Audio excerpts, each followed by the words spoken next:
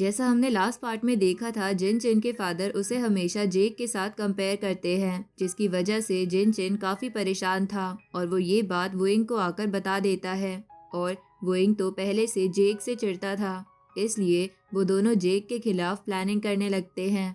अब आगे तो कहानी की शुरुआत होती है और हम जेक को देखते हैं, जिसके लिए ब्लैक फॉक्स गैंग का लीडर एक नई स्वॉर्ड लेकर आया था और वो स्वॉर्ड बिल्कुल वैसी थी जैसी जेक को चाहिए थी। साथ ही उसमें एक ब्लेड भी अटैच था जो उस स्वॉर्ड को और ज्यादा बेहतर बना रहा था। जेक काफी आसानी से उस स्वॉर्ड की मदद से एक पेड़ के कई टुकड़े कर देता है। ये देखकर ब्लैक फॉक्स गैंग का लीडर जेक की तारीफ करने लगता है। तभी लीडर का साथी जेक को बताता है कि उन्होंने इस स्वॉर्ड को इतनी अच्छी बनाने के लिए 500 कॉइन्स एक्स्ट्रा दिए थे, पर लीडर उस बंदे को डांटने लगता है क्योंकि जेक ने उनकी इतनी बार जान बचाई है और वो जेक के लिए 500 कॉइन्स तो दे ही सकते हैं। पर जेक तुरंत ही अपने पास से 500 कॉइन्स निकालकर उसे देने लगता है।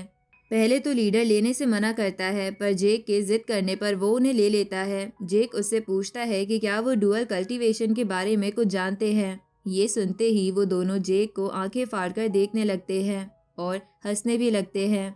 जेक उन्हें बताता है कि उसने एक बुक पर उस टेक्निक को देखा था और सोच लिया कि ये कोई लोअर क्लास टेक्निक होगी, इसलिए छोड़ दिया, उसकी प्रैक्टिस नहीं की। अब लीडर बताता है कि अगर जेक चाहे तो ज़रूर प्रैक्टिस कर सकता है, लेकिन उसके लिए जेक को किसी फीमेल कल्टीवेटर का कंपेनियन बनना होगा। ये सुनकर जेक कहता है कंपेनियन बनने तक तो सब सही है, पर इस टेक्निक में एनर्जी कैसे सर्कुलेट करते हैं इस बारे में उस बुक में भी कुछ नहीं लिखा था। अब वो लीडर जेक के पास आकर कहता है कि उसे अभी इस सब की चिंता करने की जरूरत नहीं है, वो काफ़ी सीधा लड़का है। जब उसे कोई फीमेल कल्टीवेटर मिलेगी तब वो इस बारे में उस लड़की से बात कर सकता है। आगे लीडर कहता है जब वो लड़की जेक की कंपेनियन बनेगी तब उसे सब समझ आ जाएगा कि एनर्जी सर्कुलेट कैसे होती है। आगे जेक पूछता है कि उसे उसके लायक फीमेल कल्टीवेटर कहाँ से मिलेगी। इस पर लीडर कहता है कि जेक काफ़ी ज़्यादा टैलेंटेड है और उसे यकीन है कि वो आगे चलकर ज़रूर काफ़ी टैलेंटेड फीमेल कल्टीवेटर से भी मिलेगा, इसलिए अभी से उसे इसकी चिंता करने की ज़रूरत नहीं है। अब जेक उसका शुक्रिया करता है और बताता है कि अभी उसे काफ़ी काम है, इसलिए वो वहाँ से चला जाता है। सीन शिफ्ट होता है और रात हो चुकी थी। जेक किसी दूसरे फॉरेस्ट में था जहाँ वो गोल्डन ट्रेजर माउस का वेट कर रहा था और उसने उस जगह बहुत सारे ट्रैप्स भी लगा रखे थे। जेक को पता था कि वो माउस रात में बैम्बू खाने ज़रूर आता है। तभी वहाँ वो माउस आ भी जाता है और सीधा जाके ट्रैप की तरफ जाने लगता है, लेकिन वो ट्रैप एक्टिवेट होता इससे पहले माउस रुक जाता है। ऐसा लग रहा था कि वो उस ट्रैप से बच जाएगा, पर माउस का ट्रैप पर पैर लग जाता है जिससे वो बंद होने लगता है। लेकिन वो माउस काफ़ी ज़्यादा तेज़ था और ट्रैप बंद होने से पहले उससे बाहर आ जाता है। तुरंत जेक माउस को पकड़ने के लिए एक जाल फेंकता है, पर वो माउस तो उस जाल से भी बच जाता है। अब जेक माउस का पीछा करने लगता है और अपने दूसरे ट्रैप्स भी एक्टिवेट करता है, पर वो गोल्डन माउस तो किसी भी ट्रैप में नहीं फंस रहा था। अब वो माउस ब्रिज तक आ जाता है, पर जेक ने वहाँ तक ट्रैप्स लगाए थे और वो माउस एक स्टिकी ट्रैप में फंस जाता है। जेक उस गोल्डन माउस के पास जाने लगता है, तभी उसका लॉकेट चमकने लगता है। उसका मतलब उसे काफ़ी ज़्यादा खतरा है। तभी जेक के ऊपर अटैक हो जाता है। जेक जैसे ही अटैक करने वाले बंदे को देखता है, उसकी सारी पुरानी यादें ताज़ा हो जाती है, क्योंकि वो वही बंदा था जिसने जेक के दोस्त और उसकी फैमिली को मारा था। उसे लोग एडी के नाम से बुलाते हैं। अब एडी उस माउस को उठा लेता है और देखता है उसके पास तो स्पिरिट आइज है, तो एडी उसे इलेक्ट्रिक शॉक देकर कंट्रोल में कर लेता है और माउस लेकर जाने भी लगता है। तभी जेक काफ़ी गुस्से में कहता है कि आखिरकार उसने उसे ढूंढ ही लिया। जेक बिना टाइम वेस्ट किए स्वॉर्ड से अटैक कर देता है, पर एडी काफ़ी आसानी से जेक का अटैक रोक लेता है। जेक यहीं रुकता नहीं और वो लगातार अटैक्स करने लगता है, पर एडी तो काफ़ी आसानी से जेक का हर अटैक रोक रहा था। जैसे ही जेक सामने से अटैक करता है, एडी जेक की स्वॉर्ड अपनी उंगलियों से पकड़ लेता है और जेक को दूर भी फेंक देता है। जेक अपने आप को संभालता है और एक काफ़ी स्ट्रॉन्ग स्लैश अटैक करता है, पर एडी को देखकर लग नहीं रहा था कि इतने स्ट्रॉन्ग अटैक से भी उसे कुछ हुआ है।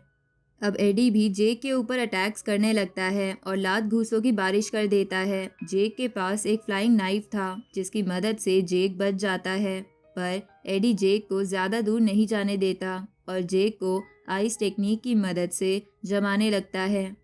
तभी एडी जेक पर अटैक कर देता है, पर एडी जेक को मार पाता इससे पहले उसी पर अटैक हो जाता है। वो अटैक इतना ज़्यादा स्ट्रॉन्ग था कि वहाँ काफ़ी बड़ा ब्लास्ट हो जाता है और वो भी दूर जाकर गिरता है।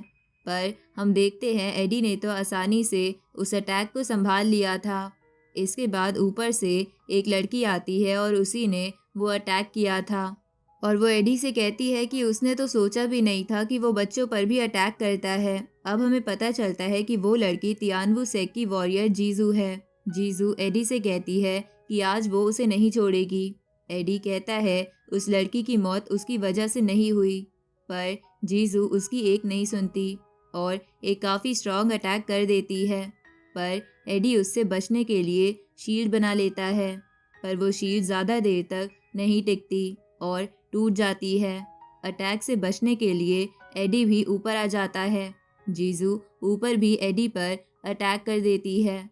एडी बचने के लिए अपनी स्वॉर्ड टेक्निक का इस्तेमाल करता है और जीजू पर भी अटैक करना शुरू कर देता है। अब जीजू उसके हर अटैक से बचते हुए एडी के पास पहुंच जाती है, पर जीजू अटैक करती इससे पहले एडी पीछे चला जाता है।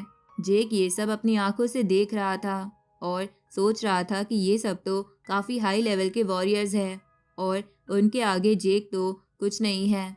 अब एडी को भी गुस्सा आ जाता है और वो जीजू से कहता है कि वो ये ना सोचे कि वो उसे मार सकती है। तभी एडी काफ़ी सारे अटैक्स करने लगता है। एडी के अटैक्स हर जगह जाने लगते हैं और वो जेक के पास तक भी पहुंच जाते हैं। अब जीजू एडी के हर अटैक से बचते हुए उसे मारती है, जिससे एडी दूर जाकर गिरता है। जीजू वापस एडी पर अटैक करने आने लगती है, पर एडी जीजू पर अटैक करता है, जिससे बचकर जीजू वापस आने लगती है। पर एडी अब की बार काफ़ी स्ट्रॉन्ग अटैक तैयार कर देता है, जिससे काफ़ी सारी एनर्जी निकल रही थी।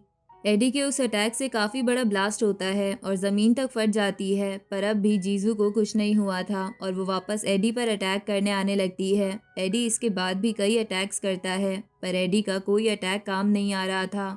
इससे एडी को काफ़ी गुस्सा आ जाता है और वो जीजू से कहता है कि अगर वो रुकी नहीं तो उसके साथ अच्छा नहीं होगा। जीजू एडी को ताना मारते हुए कहती है कि बातों से कुछ नहीं होने वाला, उसे फाइट करनी होगी। जेक सिर्फ उन्हें देखकर ही समझ चुका था उसकी बहुत बड़ी गलती थी, जो वो ऐसे ही एडी को मारने की सोच रहा था। एडी और वो लड़की दोनों काफ़ी ज़्यादा स्ट्रॉन्ग है। वो दोनों अब भी फाइट कर रहे होते हैं, लेकिन तभी एडी के पास से वो गोल्डन माउस भागने लगता है। तभी एडी की नज़र जेक पर जाती है और एडी जेक को उठाकर जीजू के ऊपर फेंक देता है, जिसकी वजह से जीजू को अपने अटैक रोकने पड़ते हैं। और जितनी देर में जीजू जेक को हटाती है, इतना टाइम काफ़ी था एडी के भागने के लिए।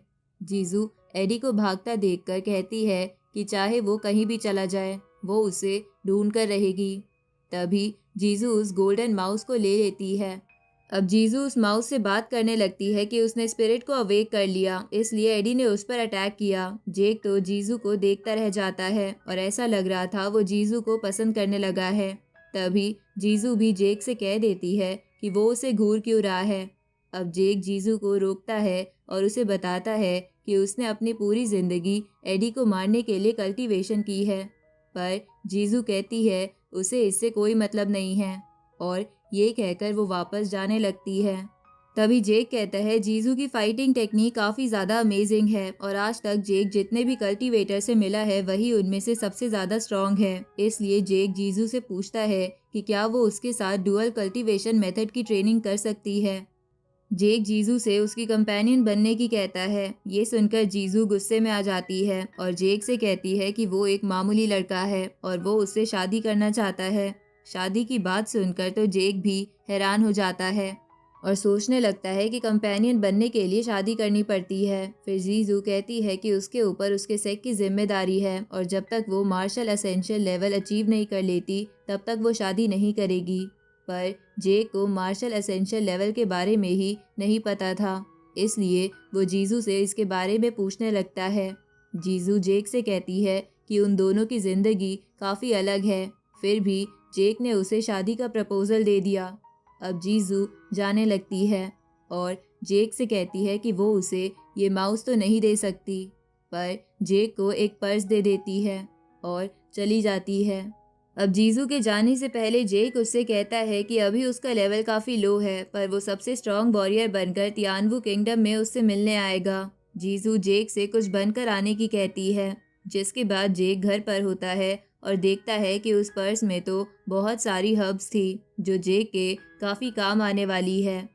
तभी वहाँ जेक की सिस्टर यूहान आ जाती है और वो जेक को बताती है कि वो फैमिली में शादी होने वाली है। जेक बताता है कि वो उस लड़की को जानता है जिसकी शादी होने वाली है और उसका नाम जोंगशू है।